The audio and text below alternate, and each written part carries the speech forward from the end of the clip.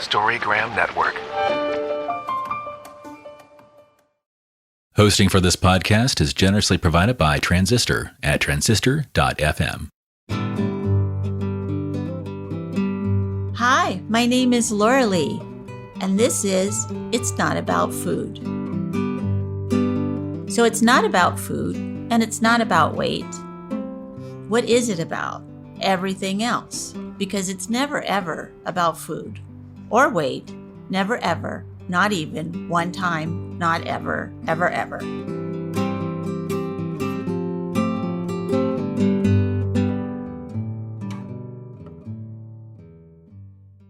Hello, everyone. This is Laurelee Roark from It's Not About Food podcast. And today we are talking about trusting the process, which is very hard to do when you have an eating disorder, to even believe that there is a process. But there is a process to getting well and getting into the recovery. And so the card in the front is the goddesses jumping from one cliff to another one with her dear animal. And she's trusting that she's going to make it to the other side. And the back of the card reads, recovery from body hatred and disordered eating provides many layers of learning that unfold uniquely and spontaneously. Trusting the process means that we all work through these experiences and issues at our own pace and in our own way.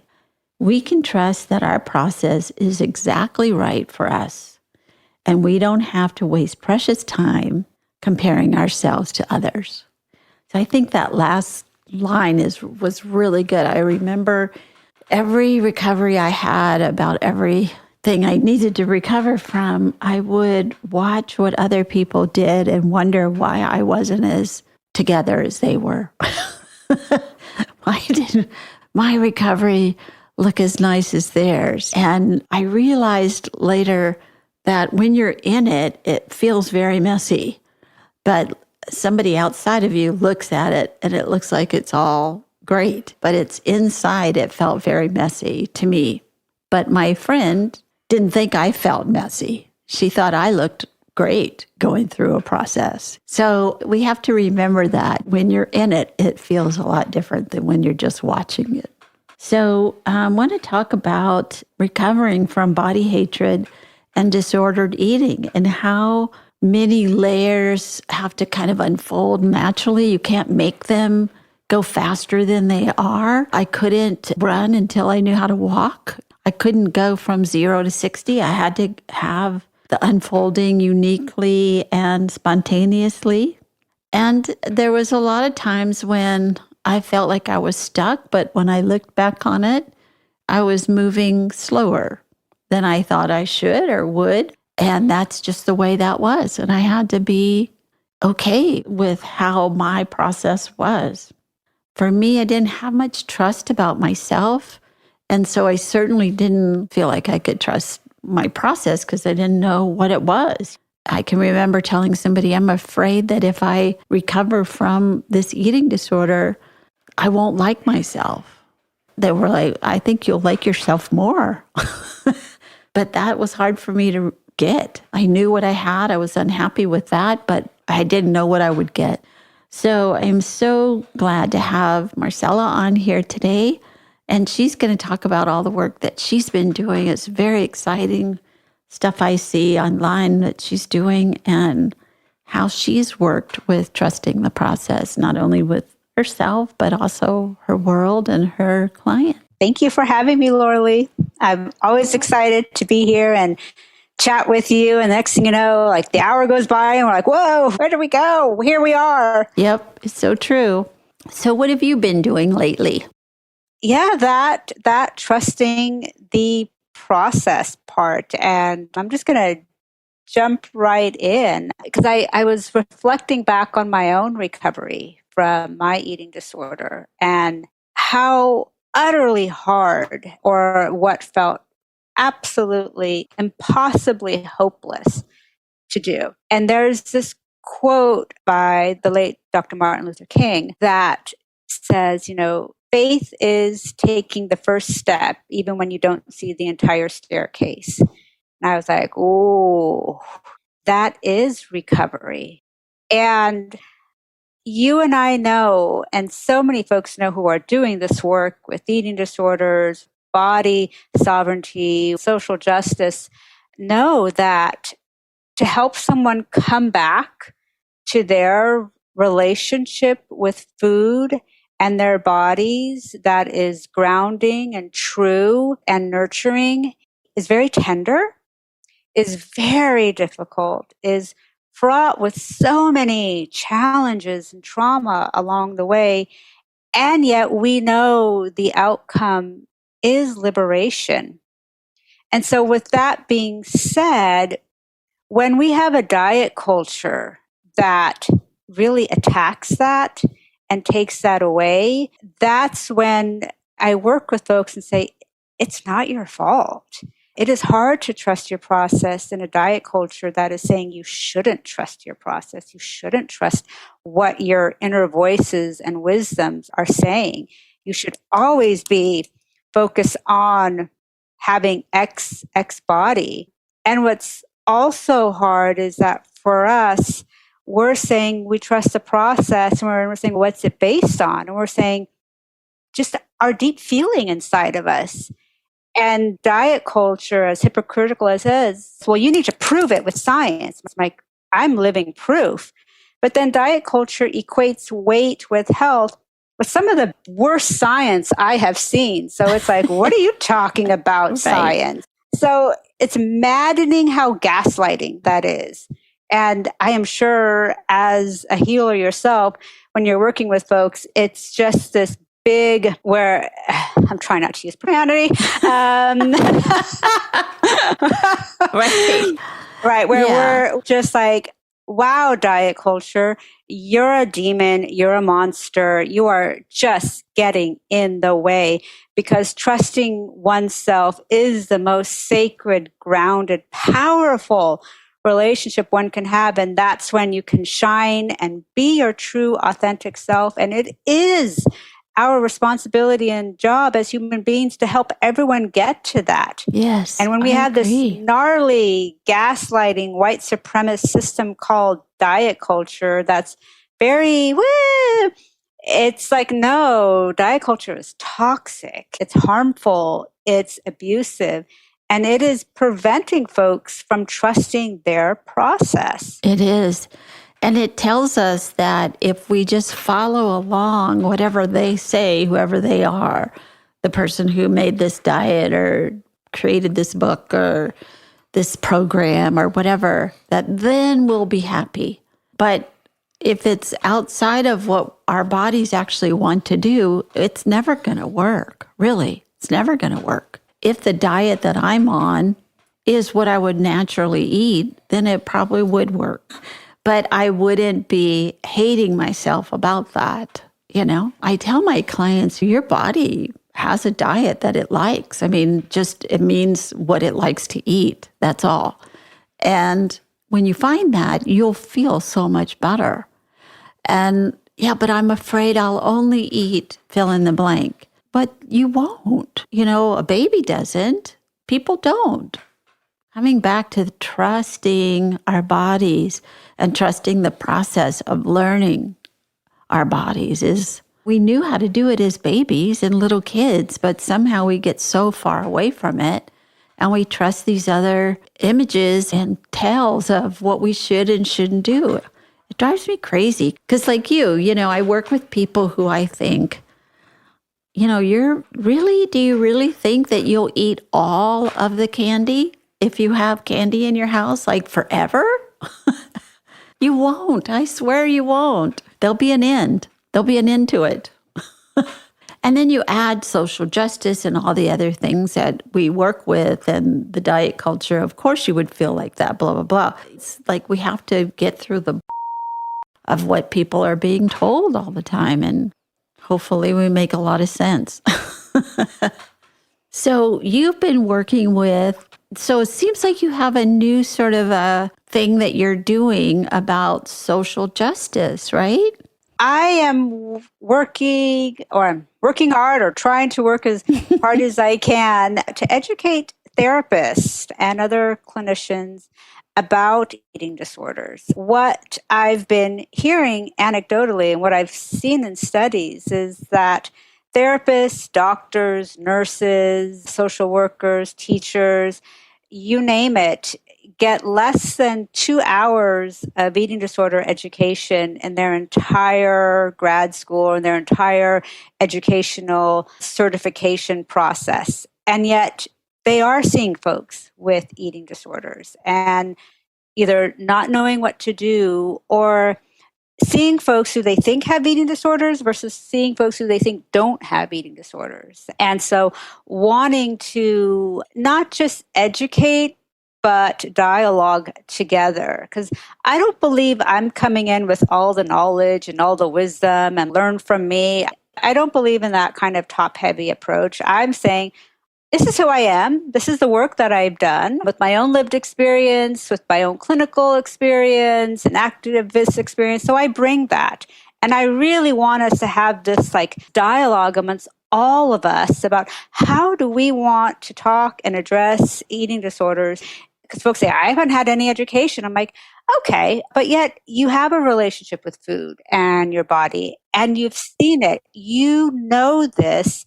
So I can give you techniques and interventions and we can talk about it. And yet I really want to hear what is coming up for you and hearing your thoughts because we really need to expand our approaches. So that is my goal, and to bring in much more lived experiences and bring in voices that we don't hear, particularly from marginalized folks, from folks with lived experience to clinicians and healers saying, you have a wisdom. And our field of eating disorders is so narrow. So please contribute because we need this.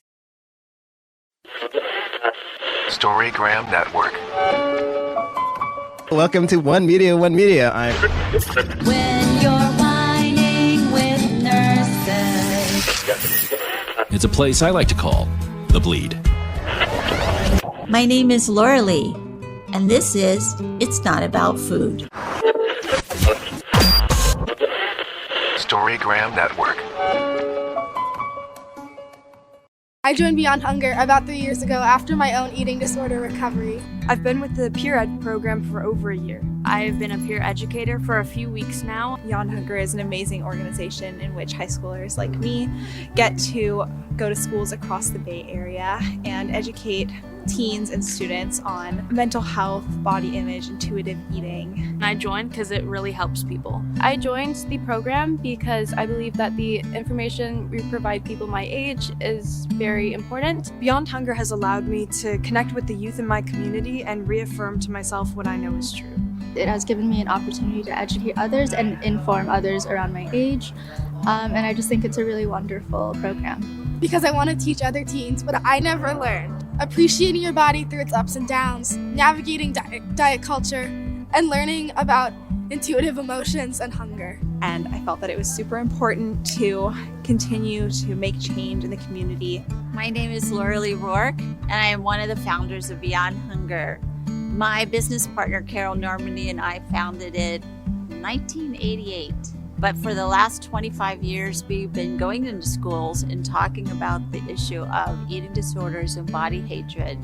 We train young women to go in with us, peer-to-peer, student-to-student, and it is a wonderful program. Please give generously.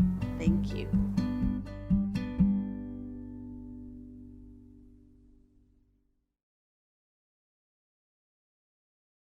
Yeah. I was telling somebody the other day, she is a nurse, and she said, when somebody comes into the emergency room and they're starving to death, we want to feed them right away.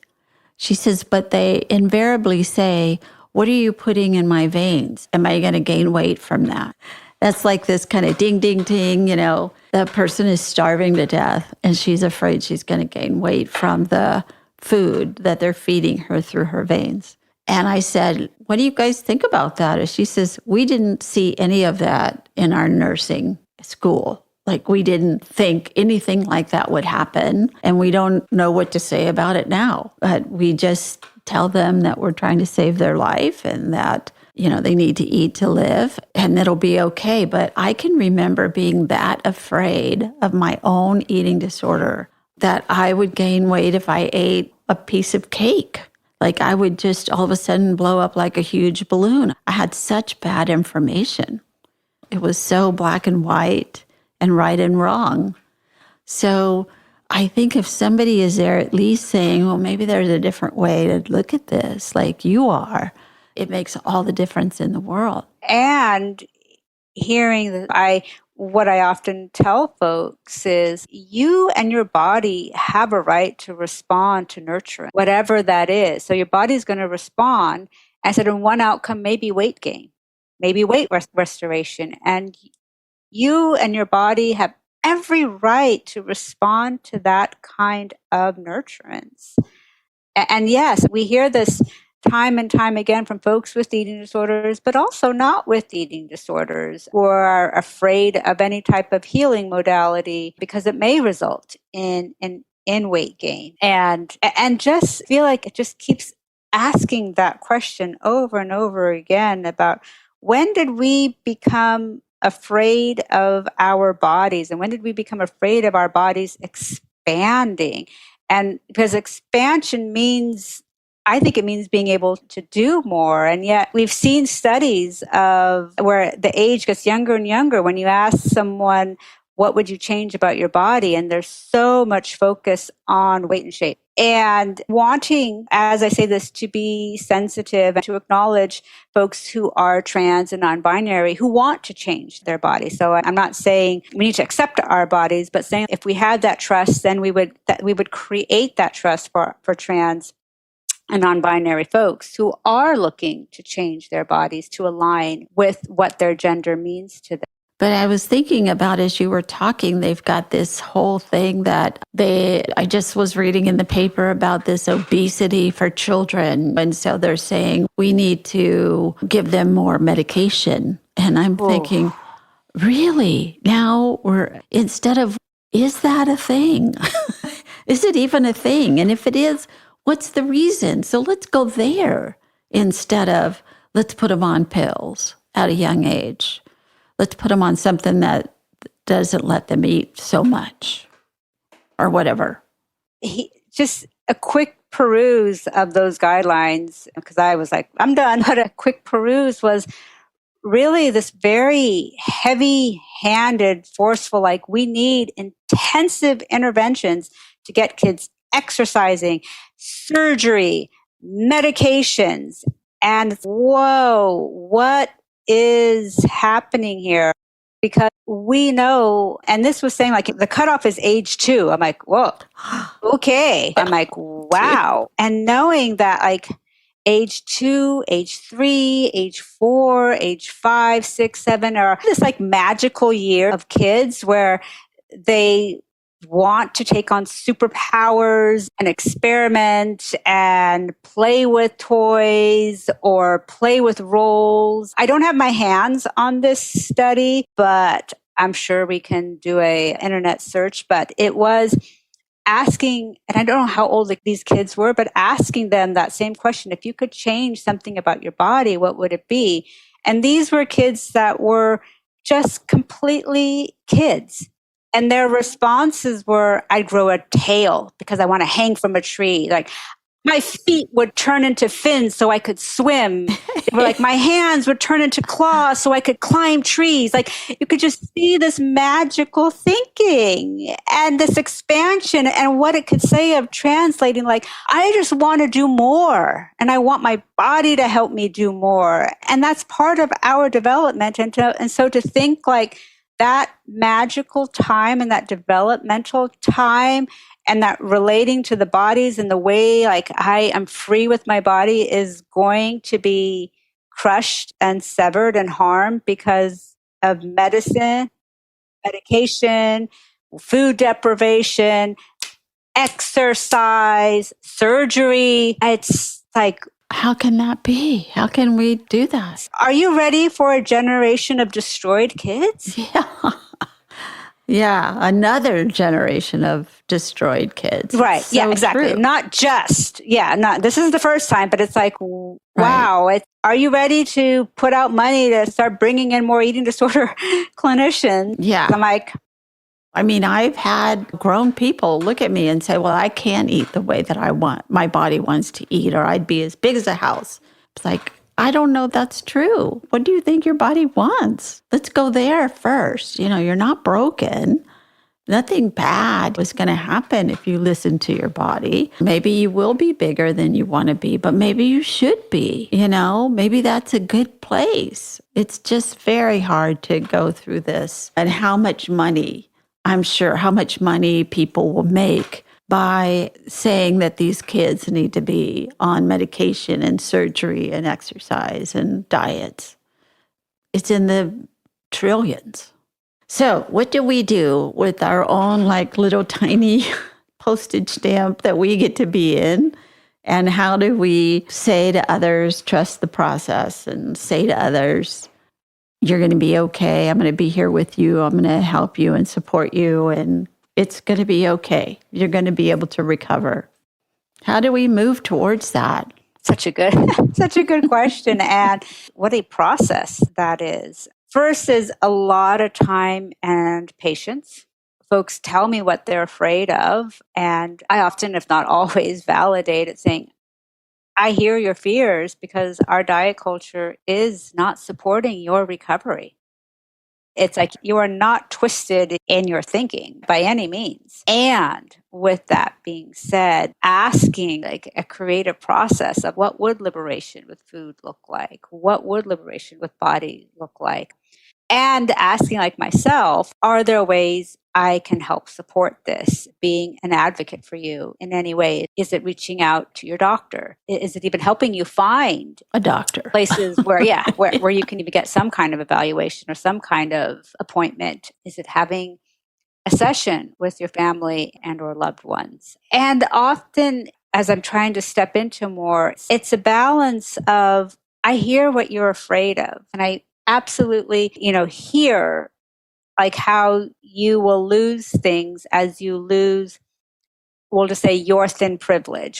And at the same time, I am here to say being in a large body or gaining weight is not the worst thing. I'm not going to collude with that by being okay, yeah, I see how that's hard. And yes, our diet culture makes it hard, but I'm here also to say that is not the worst thing of who you are. You in a bigger body, I'm not going to be afraid of that. I'm not going to say yeah, that's really bad. I don't like how diet culture treats that, but I'm here to hold that too. And I have to say that process for me even was whoa, what am I doing when I am saying yeah, it's really hard. I get it. And I'm is my own bias coming up? And I have to look at that and be whoa. There's a lot of soft hand holding, but are you also in your good intentional way colluding with diet culture by that as well? Right. It's you didn't realize that you still had this racist idea about something. You thought you'd worked through a lot of stuff, and then all of a sudden something pops up in your mind, or you say something and it's wow, I didn't realize that was still there. And it's good, though, because I can then say to the person, what's wrong? Maybe you're not eating enough. Maybe that's what's going on. Let's look at that. Maybe you're not being nurtured enough. But you're right, and then to try to separate the person from the diet culture so that they can hear. I mean, I was terrified. I was terrified to gain weight. I only wanted to go down the scale, never up. And so to learn how to be okay with whatever I showed up as, it was a huge learning, and not be worried about it being this. Of course, I stopped using a scale so that I didn't have to deal with that anymore. But it was that whole learning how to accept my human body was, that was a miracle. Anyway, so I wonder if you would read the last of this card. Today I will practice. Today, I will practice trusting my process and knowing that I am right where I need to be on my path. I will practice viewing each situation as a learning experience and will be loving and accepting with myself as I move along my path. And so tell us how we can get in touch with you or work with you, or what does somebody need to do to be in your presence? Well, first of all, I would love that. Thank you. I love working with folks who want to address food and body image and body justice, who are like, wow, eating disorders are more prevalent than we think they are, and they're happening in so many marginalized communities. So, and saying like, I would love to get a hold of Marcella. First of all, I'm like, thank you. I'm very honored. Now, logistically, you can go to my website at marcellaedtraining.com, and there's all my information. There's my phone number. There's my email, and I'm on Instagram as Dr. Marcella Raimondo. I'm on LinkedIn and Facebook. You can send me a friend request. And so I very much like building community and being with like-minded folks, because I do believe in a collective to create enough groundswell to make some big changes in diet culture. Really big. Love it. Yeah, we have to. Now the cutoff is 2. When is it going to be? The cutoff is 6 months. It's not going to be very long. No. Anyway, I really appreciate you being here today. And thank you very much for coming on the show and talking about trusting the process, which of course is scary when you're in it, but it is just the only way to do it. Thank you for listening. You can find me on all the social medias at It's Not About Food. And if you would like to get the show a week early and ad-free, you can become a member at Patreon. Search It's Not About Food podcast. Thanks so much.